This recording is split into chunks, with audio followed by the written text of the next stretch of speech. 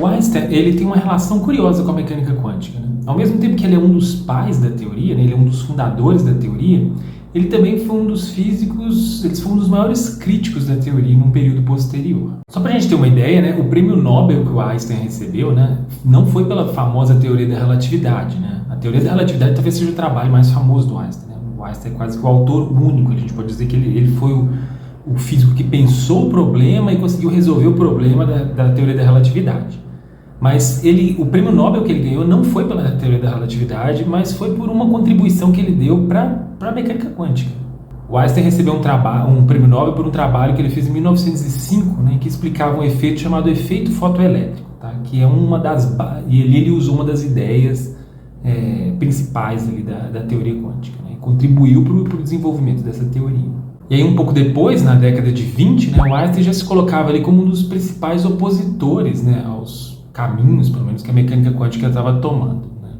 Então, nesse vídeo a gente vai falar sobre isso, sobre essa relação complexa aí do Einstein com a mecânica quântica. Esse é o canal Cientificar, um canal de divulgação científica, que a gente vai falar sobre física, sobre ciência, sobre filosofia da ciência, e se você gosta desses temas, se inscreva no canal, assim o YouTube vai te indicar os próximos vídeos que a gente postar aqui. A física quântica, né, assim, diferente da teoria newtoniana ou da relatividade, né, do Einstein, a gente não consegue identificar um autor que é o grande autor da mecânica quântica. Existem vários autores. Assim, só para citar alguns nomes famosos, né, você tem o Max Planck, tem o Schrödinger, tem o Bohr, tem o Born, tem o Heisenberg, tem o Dirac, tem vários autores que contribuíram muito para o desenvolvimento dessa teoria, né? O Einstein foi um deles também, né? Então o Einstein, logo no início do século XX, né, a mecânica quântica surge ali, as primeiras ideias, né, surgem com Planck em 1900, e logo em 1905 o Einstein usa essa ideia que foi proposta pelo Planck para explicar um outro fenômeno, um fenômeno chamado efeito fotoelétrico. E o que é esse efeito fotoelétrico, né?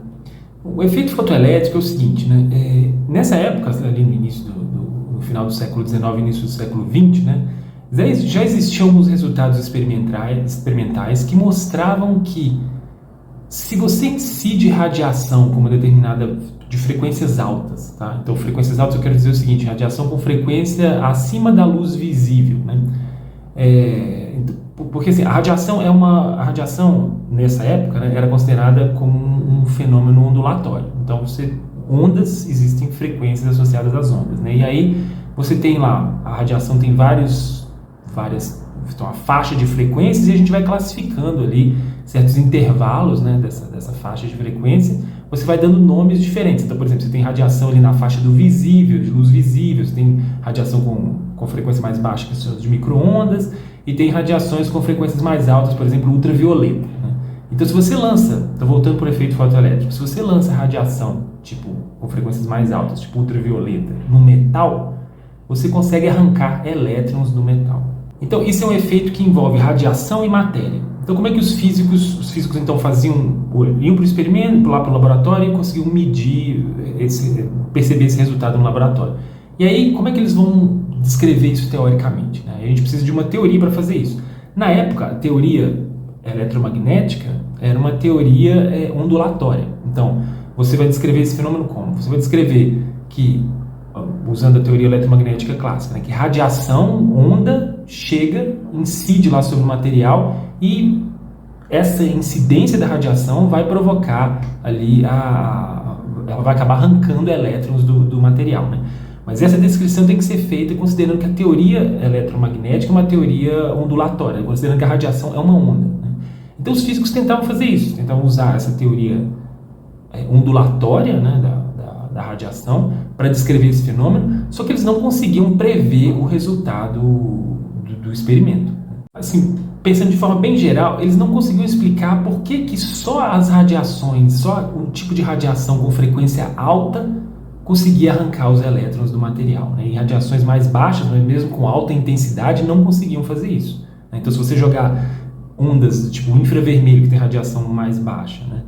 Desculpa, que tem frequência mais baixa, se você jogar radiação infravermelho com intensidade muito alta, você pode jogar a intensidade que você quiser, você não conseguia arrancar elétrons ali do material.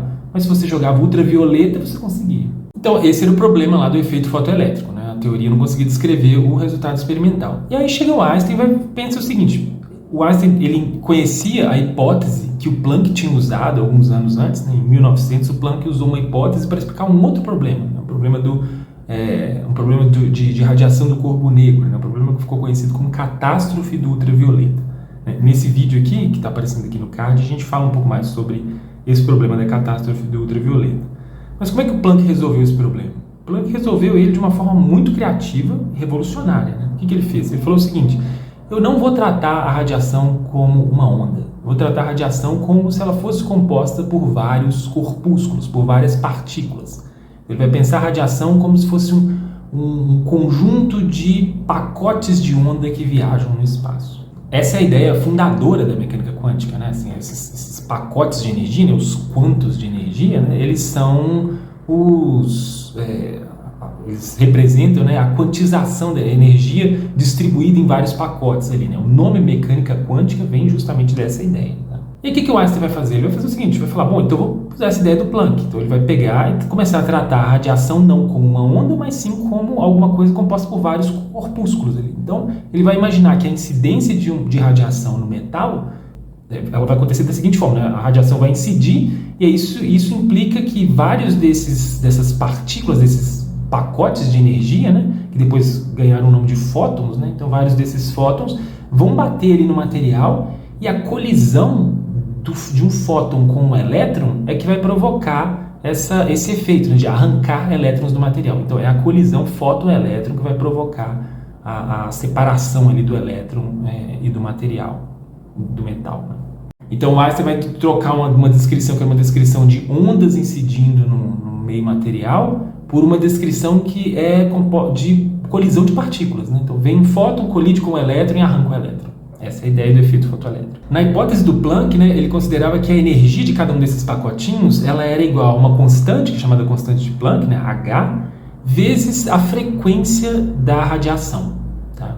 Então, assim, a frequência associada àquela radiação. Né? Então, quando você tem, por exemplo, a radiação ultravioleta sendo jogada ali, a energia então, de cada pacotinho é maior do que a energia de cada pacote se você estivesse jogando radiação se você estivesse jogando uma radiação com frequência mais baixa, tipo infravermelho. Então os fótons um fóton que tem de radiação ultravioleta tem mais energia, carrega mais energia do que um fóton de radiação de infravermelho, por exemplo. Então, assim, falando de forma bem geral, claro que existe toda uma dedução matemática, uma demonstração, um tratamento matemático rigoroso por trás desse fenômeno, né? dessa explicação, mas de forma geral, então é por isso que quando você tem radiação com frequência mais alta, né, a radiação com frequência mais alta, os fótons têm a capacidade de arrancar os elétrons, porque eles têm mais energia. Agora, os fótons que vêm de radiação com frequência menor, eles têm menos energia, então eles não conseguem arrancar os elétrons. Né?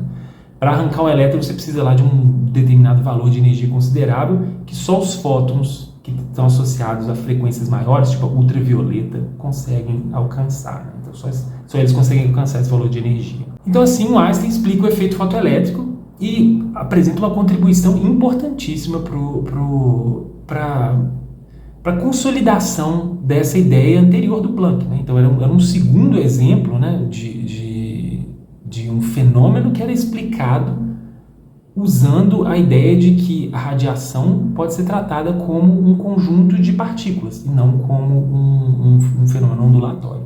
Então, por causa disso, o Einstein é considerado um dos pais da mecânica quântica. Então, o artigo que explica o efeito fotoelétrico é de 1905. Né? Um pouco depois, né, na década de 20, o Einstein, a relação do Einstein com a mecânica quântica começa a mudar. Porque, à medida que a teoria foi se desenvolvendo, né, as interpretações da teoria elas foram tomando um rumo que não agradavam muito o Einstein. E o principal ponto de discordância aqui é que a teoria parecia ser intrinsecamente indeterminista.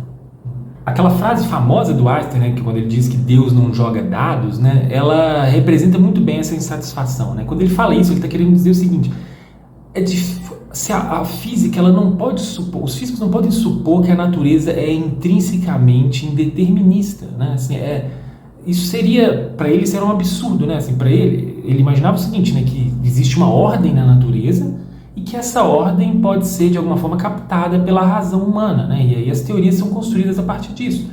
Para ele seria, ele imaginava, ele achava assim, impensável, né, que uma teoria assumisse que o mundo tem um componente aleatório, ou que o mundo tem ali o que o mundo de fato é, né, que no fundo, né, o mundo tem uma natureza aleatória.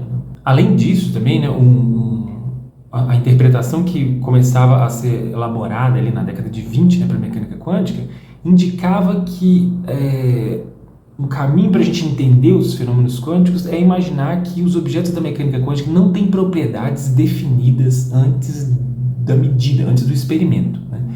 Isso é muito exótico. Assim, se a gente pensar, a física é baseada na ideia de que a física clássica, né, a física que a gente conhece, assim, fora a mecânica quântica, é baseada na ideia de que a natureza, o mundo tem as suas propriedades, né, e a ciência faz o quê? A ciência tem que captar, entender essas propriedades do mundo. No caso da mecânica quântica, isso estava sendo revertido, essa ordem estava sendo revertida, né, como se as propriedades estivessem associadas à nossa percepção sobre o mundo. Não era mais possível fazer uma separação entre o objeto com suas propriedades e um aparato experimental que é usado para medir essas propriedades.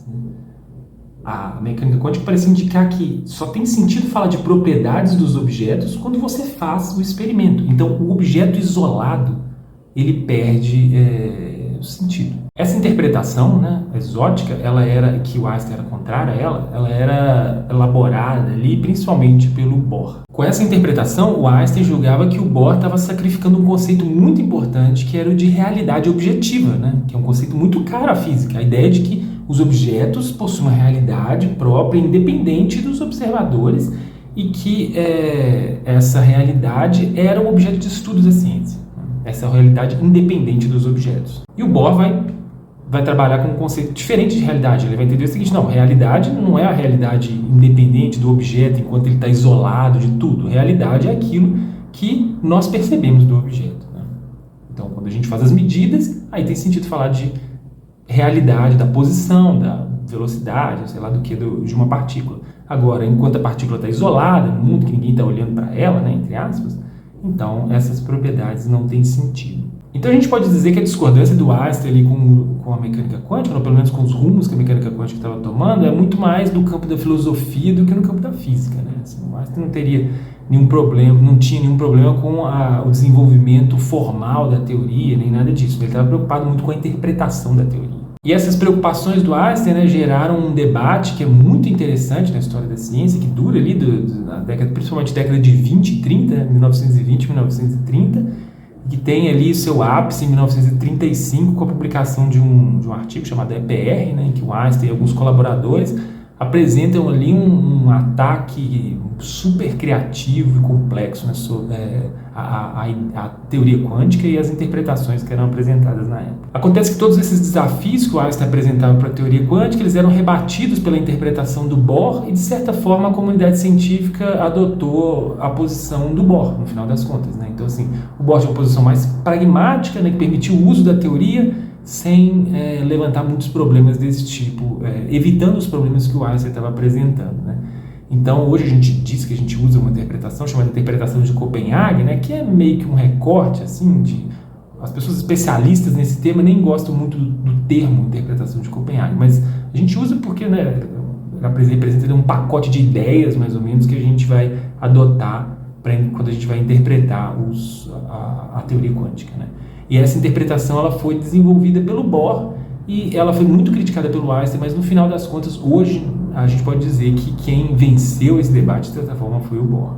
Então, o Einstein, apesar de ser um dos pais da mecânica quântica, né, posteriormente ele se volta contra lá, o desenvolvimento da teoria, mas ele não consegue superar essa interpretação. Ele não consegue apresentar uma interpretação alternativa que adotava ali os conceitos que ele estava tentando preservar, né, os conceitos clássicos que ele estava tentando preservar. E hoje a gente pode dizer que a comunidade científica adota majoritariamente a interpretação do Bohr para a mecânica quântica.